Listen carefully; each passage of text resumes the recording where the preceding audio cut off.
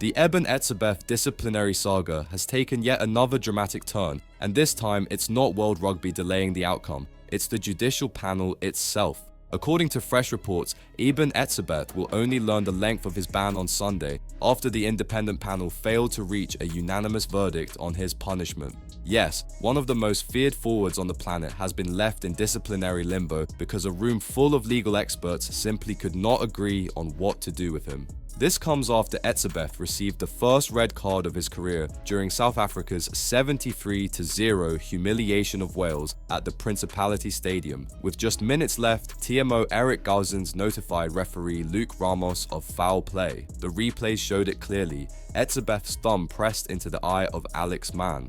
Ramos had no choice but to issue a permanent red card. Since then, speculation has exploded. Some say this is a 4-year ban waiting to happen. Others believe it should be 2 weeks. Some insist it was retaliation. Others call it thuggery. But instead of clarity, we got uncertainty. Network 24 reports that Tuesday's hearing began around 7 p.m. and dragged on until just before midnight, only for the panel to adjourn the case until Sunday because they could not agree on an appropriate punishment. Etzebeth's legal team is said to be arguing that his actions were reckless but not intentional, a crucial distinction under World Rugby's sanction guidelines. And the names involved in this case are not rookies. Christopher Quinlan KC, chairman of World Rugby's independent judicial panel, is overseeing the hearing. Quinlan is no stranger to controversy. He rescinded Tadhg Bairni's red card against the All Blacks in Chicago. He also chaired Johnny Sexton's misconduct case after Sexton confronted Jacko Pieper following Leinster's Champions Cup final loss. Sexton was suspended for 3 matches but cleared in time for the Rugby World Cup.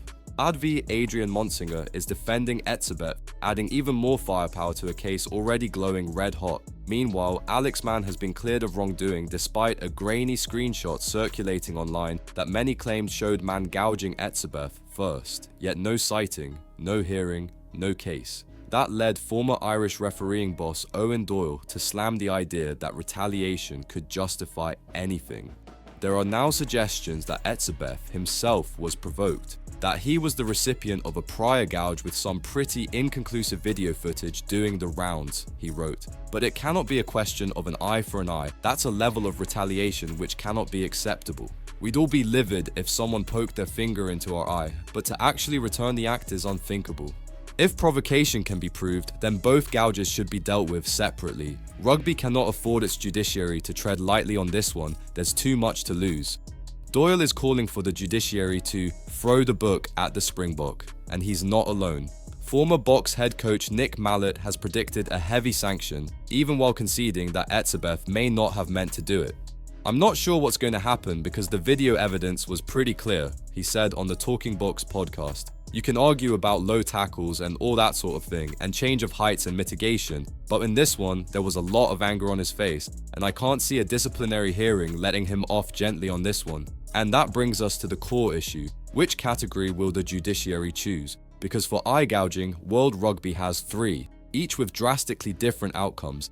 Intentional contact with eye. Low end, 12 weeks, mid-range, 18 weeks, top end, 24 plus weeks. Max, 208 weeks, reckless contact with eye, low end, 6 weeks, mid-range, 12 weeks, top end, 18 plus weeks, max, 208 weeks.